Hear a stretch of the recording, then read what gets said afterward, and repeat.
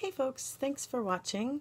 If you haven't subscribed to my channel yet, click that little red button below, and if you'd like to be notified of my posts first, then click the little bell and it'll send you a notification as soon as I post.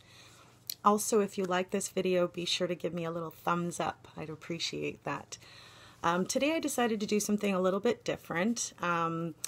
A long time ago, I stumbled upon an interesting story and I didn't quite follow it all the way through as to what happened in the end. So I wanted to just do a little bit of research and sort of get familiarized with what ended up happening in the end of the case. So this video is about the collar bomb case, and it was 15 years ago. So August 28th, 2003, in Erie, Pennsylvania, there was a pizza delivery guy that went to deliver some pizzas. His name is Brian Wells. He went to deliver some pizzas at a remote area near like a tower, like a phone tower or something. He ended up being taken in by some thugs, and he had a bomb that was strapped to his neck, and he was given some written instructions as to what he needed to do to get the bomb off of him before it exploded. So his first mission was to go and rob a bank. So the PNC Bank on Peachtree in Erie was the bank that was chosen to be robbed. The robbers wanted $250,000, but in the end, it was later found out they only, the gentleman Brian Wells, he only actually successfully got about $8,000. So that was already kind of botched, but once he got the money, he was then on a mission to try to get the collar off of his neck before it exploded. So he started a scavenger hunt that was in these instructions, and the first spot was to go and look under a flower pot in front of a McDonald's to get a key to get him to the next spot for the next clue, and there was 4 keys and 1 code in order to get this device off of him. However, the authorities ended up catching up to him at the 3rd destination, which fatally ended up being his final destination. Brian Wells was the pizza delivery driver with this bomb strapped to his neck. He's frantically telling the police, please help me, get this off me. I can hear it ticking. It's going to explode. I need your help. And the police knew that he had a little bit of a past with them, and they weren't sure if it was real or not. They weren't sure how serious to take it. Therefore, the bomb squad didn't get called in until like 30 minutes into the incident. Had they have been called sooner, I think that he might still be alive and probably in jail, but definitely alive. And so because the police waited that 30 minutes, that meant that, he was going to be fatally dead soon. So the police decided to move him from, like, he was first around the area of the squad cars and the reporters, so they moved him to like a grassy area away from everybody.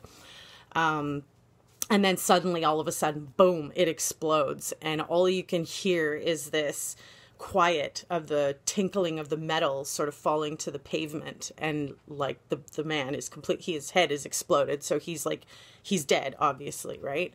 So crazy.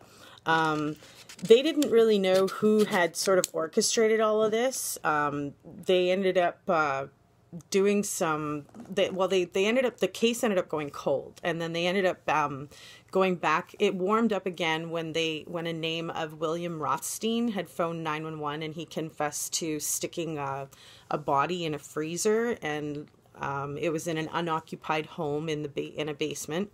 His ex-fiance, who was D.L.